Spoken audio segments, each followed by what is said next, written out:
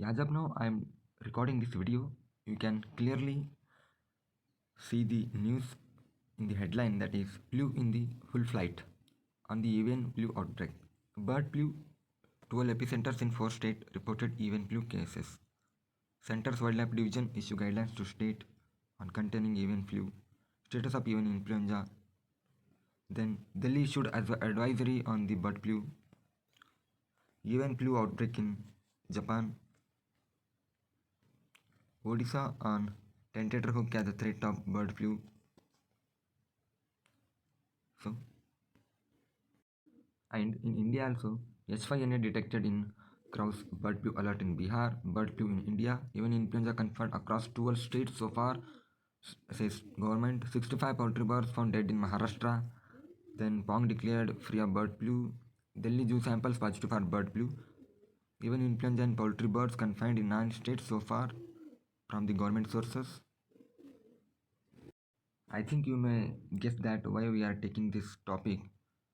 Let us come to the avian influenza. What is avian influenza? Avian influenza is caused by the virus influenza virus type A.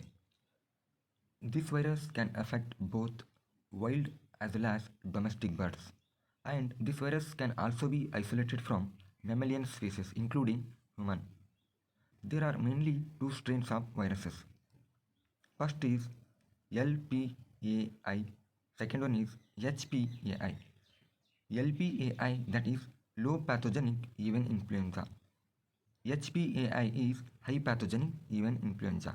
In LPAI, that cause typically little or no clinical signs.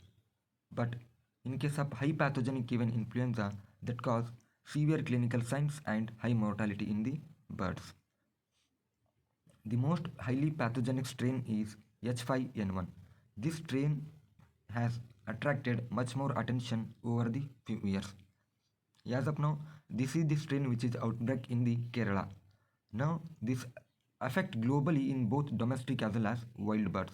One more concern is that this strain can also invade the human. That's why it attracted much more attention.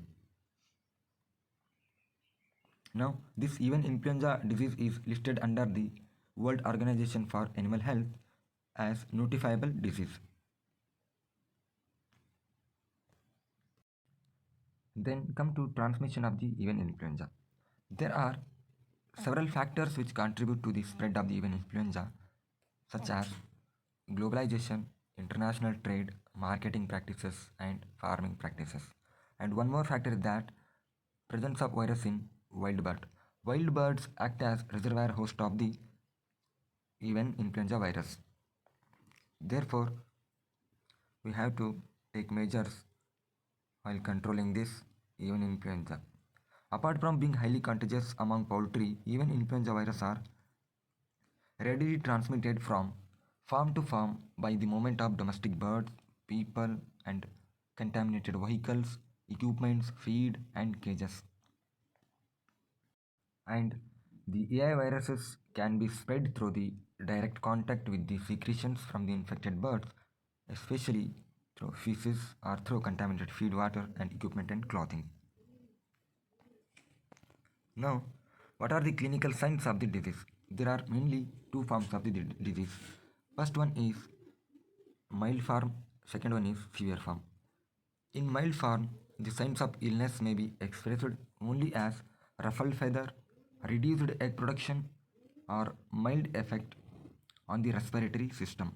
In case of severe form, the disease, the virus not only affect the respiratory organ, but also it infect the other tissues and organs, such as it may lead into quietness and extreme depression, a sudden drop in the egg production. Those eggs have soft shell, and sometimes the eggs may be cellless, and wattles and combs become swollen and congested, swelling of the skin under the eyes, coughing, sneezing, nervous symptoms, and diarrhea, hemorrhage on the hog. A few deaths may occur over several days, followed by rapid spread. and a mortality rate that can approach 100% within 48 hours if it cannot be controlled. That is the main concern over this. Then come to diagnosis. This can be suspected on the basis of clinical signs, and laboratory techniques can be used to detect the virus. Now come to the prevention and control measures of the disease.